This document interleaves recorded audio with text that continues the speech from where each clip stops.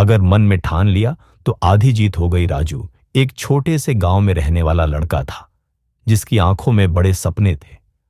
उसके माता पिता किसान थे और परिवार की आर्थिक स्थिति बहुत अच्छी नहीं थी।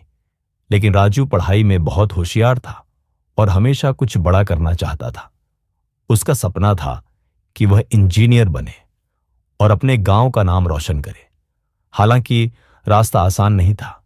गांव में अच्छी शिक्षा के साधन नहीं थे और राजू के पास महंगे कोचिंग क्लासेस या किताबें खरीदने के पैसे नहीं थे।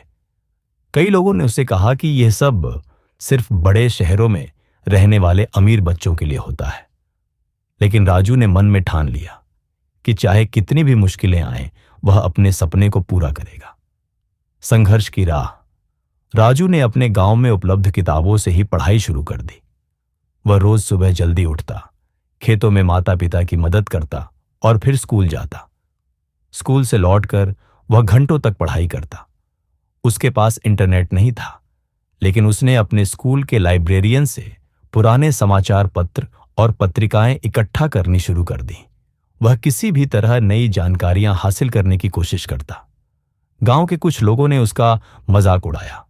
कुछ ने कहा कि मेहनत बेकार जाएगी, लेकिन राजू ने उनकी बातों पर ध्यान नहीं दिया। उसे अपनी मेहनत पर भरोसा था। सफलता की ओर पहला कदम राजू ने कठिन परिश्रम करके एक बड़े शहर की इंजीनियरिंग प्रवेश परीक्षा में बैठने के लिए खुद को तैयार किया। परीक्षा केंद्र उसके गांव से बहुत दूर था और उसके पास यात्रा के लिए पैसे नहीं थे। तब गांव के एक शिक्षक ने उसकी मदद की और उसका हौसला बढ़ाया। राजू ने परीक्षा दी और जब परिणाम आया तो वह पूरे जिले में प्रथम स्थान पर था। उसकी मेहनत रंग लाई थी। उसे शहर के सबसे अच्छे इंजीनियरिंग कॉलेज में प्रवेश मिल गया और एक स्कॉलरशिप भी मिली, जिससे उसकी पढ़ाई का खर्च पूरा हो गया। सपना सच हुआ।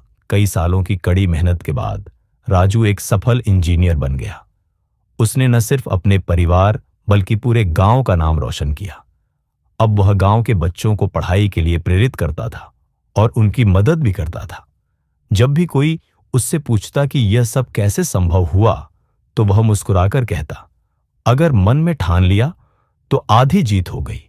ये कहानी हमें सिखाती है कि अगर हमारे इरादे मजबूत हों और हम सच्चे दिल से मेहनत करें, तो कोई भी बाधा हमें सफल होने से नहीं रोक सकती।